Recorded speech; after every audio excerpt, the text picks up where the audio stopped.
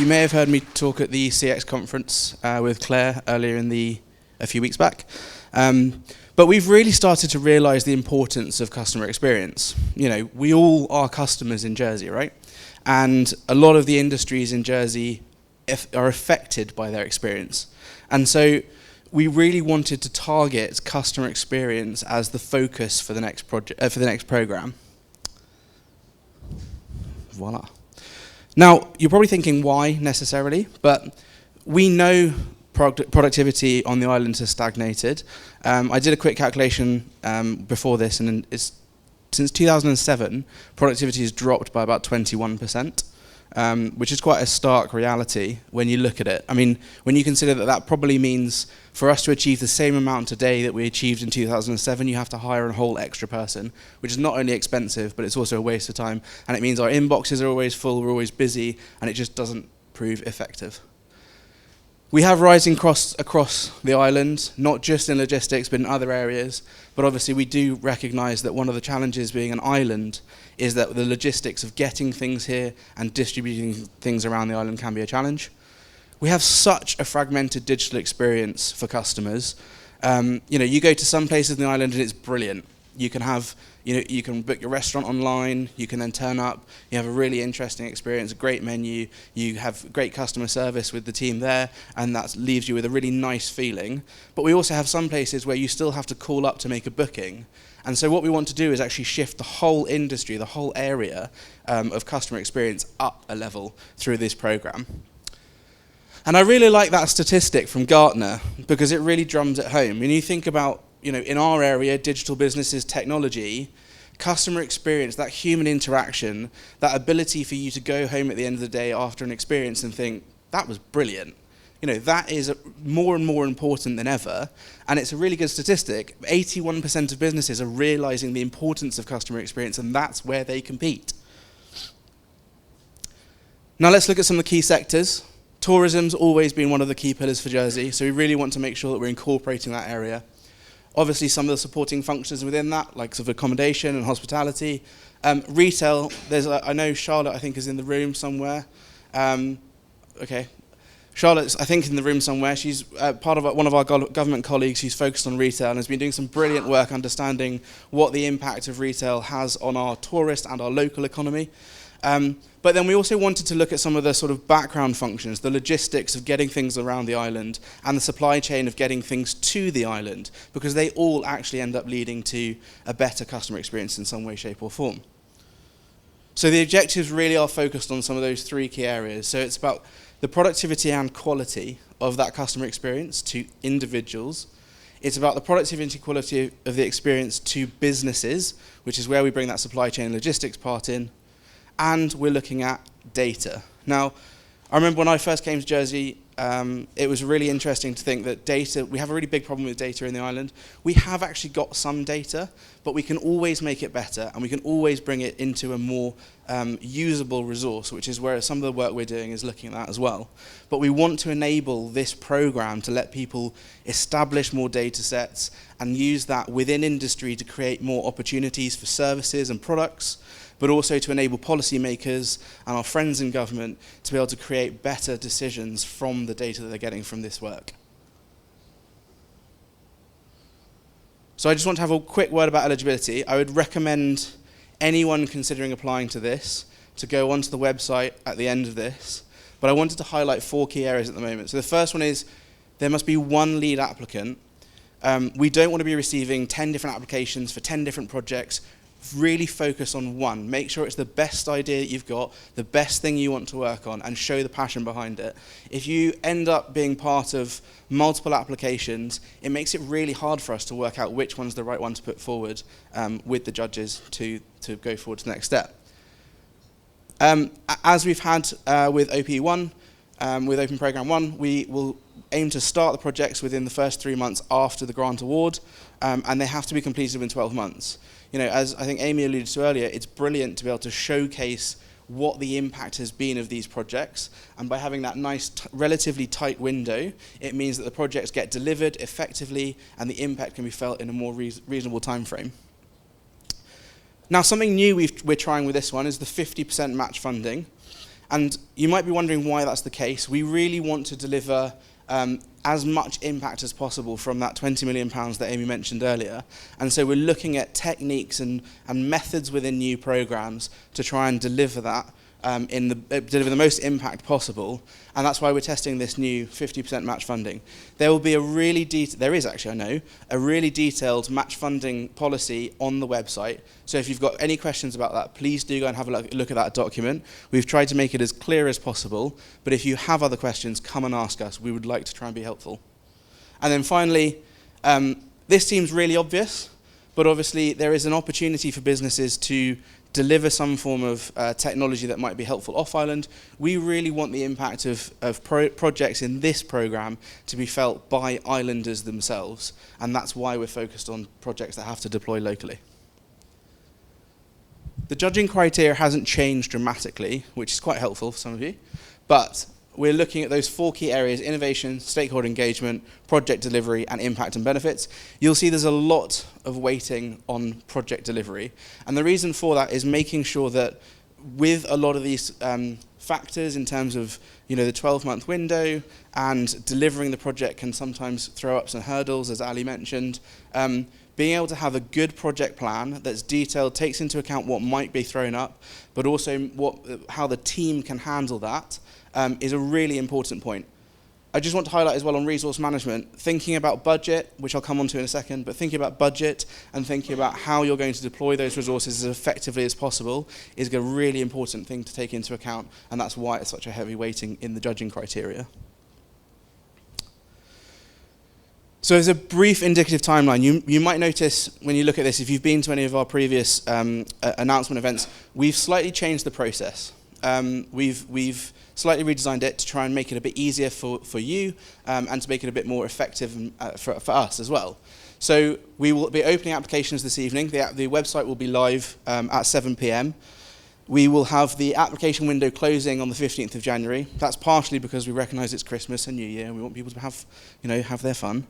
And then on the 24th of January, we'll have a pitching day. So that application form on the website is not we don't need comprehensive 30-page documents being uploaded. It's quite concise. We want to and you'll see the questions are really clear and simple. We want to really understand what's the impact of the project, what's the project going to do, what's the technology going to be. That's why you have quite a tight window before the pitching day. Now the pitching day will be specific, 10 slides, 10 minutes, and you'll come and talk to the Digital Jersey, Impact Jersey team. And what we want to get there is get a clear understanding of the passion, the knowledge, what's the understanding of the project, and making sure you're eligible based on the eligibility criteria you'll find on the site. Once you get through the pitching day, you'll then have a relatively tight window to do a really good, detailed project plan. And that is what the judges will be effectively actually deliberating and deciding against. Now, the reason for this is we recognise that actually in a lot of cases there's been, for those who don't know, we've had 70 applications and 69 applications for the previous programs we've had. It's really, really difficult to have so many people who've put in so much effort to then know that, unfortunately, in some cases, they've not read the eligibility criteria, and so we want to try and make the hurdle of getting to the pitching day. You can get your passion across, you can really understand and get some good quality feedback to be able to make sure that when it comes to your project plan phase, you can give the best possible foot forwards for the judges to evaluate your project. So we'll have that tight 2-week window, and then we'll be aiming to announce at some point in March, assuming everything goes smoothly. So again, following the learn, adapt and share model, we're looking at slightly tweaking the way we've done some of the support work we do. So historically we've held sort of matchmaking events, we've held 15-minute clinics. We're doing it slightly differently this time. So we're going to have 2 virtual clinic slots, so one on the 18th of November and one on the 4th of December. And those will be a webinar with a live Q&A session, and those will be online. But the idea there is to be able to give you the best possible chance to ask as many questions as you like. Now, we will, of course, if you've got any questions, email us at info@impact.je, but we will hopefully be able to help you as much as possible in those sessions to be able to trial it as a new method to try something different. Now, I thought, seeing as I've been involved in the last 2 programs. I thought I'd try and give some guidance based on what I've seen we as a group have seen so far. We create guideline documents for applicants. Please, please go and read them. We don't create them for fun. We create them to be helpful. So go and have a read of those documents. There's quite a lot of detail in there. We have tested this. So we've had people come to us who've read the website, read the guidelines, and they've actually got to the end of it and gone, no, I don't have any questions. The guidelines tell me everything, which is great. So we're clearly getting something right. But make sure as well, when you look at the documents and you look at the form, answer the question directly. The amount of people who will fill out an application form and waffle through the question, you get to end it and you're like, what's the project? So please do, make sure you answer the question, make sure you actually get across the clear message of what your project's achieving, and understand those eligibility criteria. So again, those are detailed on the website, have a look at them. If there's any questions, do come and ask. The pitching phase, we really want to make it be engaged. Show us that you're passionate about the project you're trying to achieve. Show us that you want this thing to happen and how you're going to make that happen as well. Ask questions. Ask us questions about how to make your project better, how to improve your proposal ready for the judges, and use the feedback. We will try and be helpful. We're not rude. We'll try and be helpful to use the feedback from that pitching phase to make sure that when you put your foot forward with that document to the judges, that they see very clearly all the information about what you're trying to do. Just a note on preparation. So obviously, we are changing the process slightly.